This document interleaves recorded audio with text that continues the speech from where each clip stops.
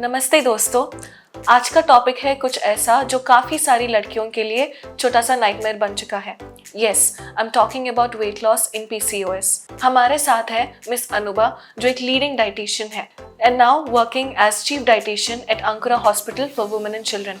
Anubha PCOS के warriors के लिए एक गाइड बन चुकी है। Thanks Naveena, I am so happy to be here. तो मेरा पहला सवाल ये है कि PCOS क्या है? PCOS में ऐसा क्या है कि सब लोग इतना टेंशन क्यों ले रहे हैं? PCOS का फुल फॉर्म है पॉलीसिस्टिक ओवेरियन सिंड्रोम और मतलब ये एक हार्मोनल रोलर कोस्टर है। इसमें छोटे छोटे सिस्ट्स हो जाते हैं ओवरीज के अंदर और उसकी वजह से बहुत सारा प्रॉब्लम होता है। मतलब रिजल्ट क्या होता है कि acne, thinning of the hair, okay, irregular periods and also weight gain. और वेट गेन भी ऐसा वैसा नहीं, मतलब वेट गेन भी बिल्कुल ऐसा लगता है कि जैसे वो मिशन पे है कि मैं नहीं जाने वाला। सो प्रॉब्लम तो है। ओह, ये तो बड़ी चैलेंजिंग सिचुएशन है। पर क्या PCOS के साथ वेट लॉस करना पॉसिबल है? बिल्कुल। सी, डिफिकल्ट हो सकता है लेकिन इम्पॉसिबल डेफिनेटली नहीं है। इम्पॉसिबल वर्ड में भी तो आई एम पॉसिबल है।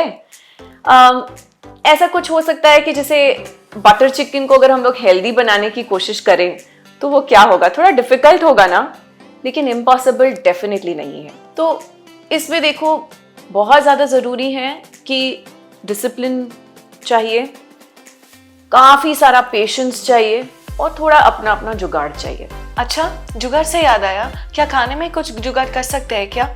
मतलब PCOS में क्या खाना है, क्या नहीं खाना है? इसमें जुगाड़ तो पूरी दुनिया कर रही है ना।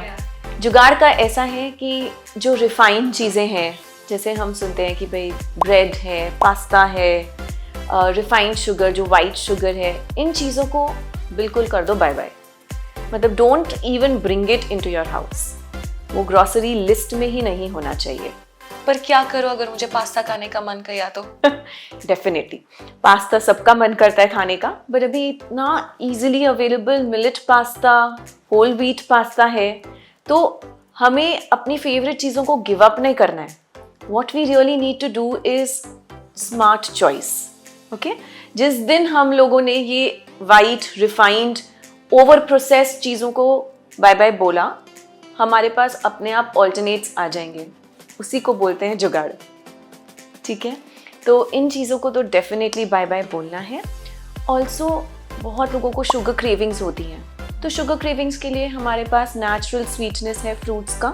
कुछ फ्रूट्स आप ऐड करें, कुछ डेट्स, कुछ रेजिन्स, इनको आप ऐड करें। And dark chocolate 70% to 80% dark chocolate, एक छोटा सा piece once in a while definitely खा सकते हैं।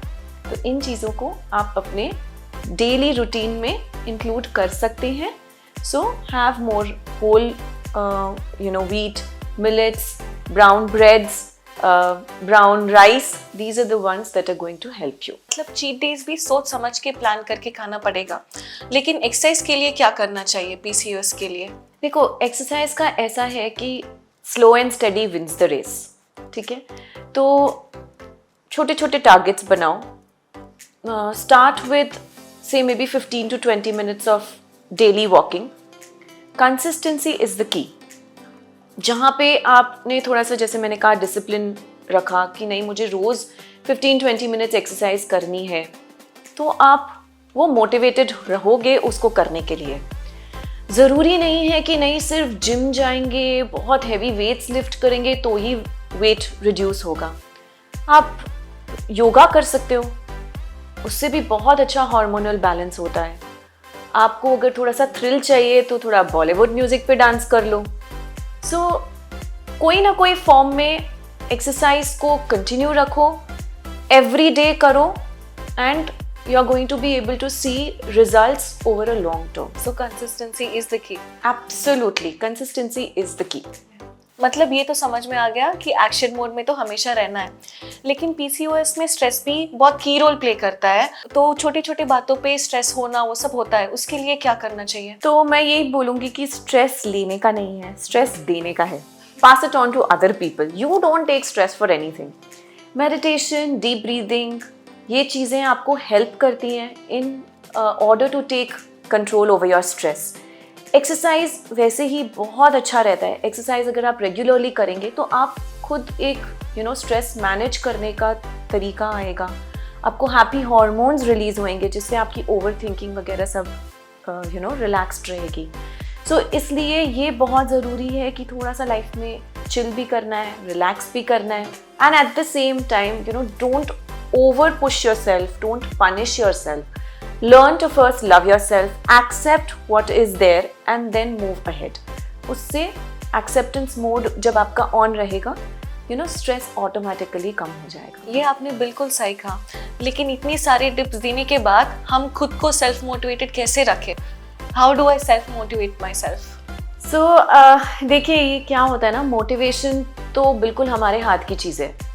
It is not something that we're going to get from outside. When you are determined, motivation automatically आएगा।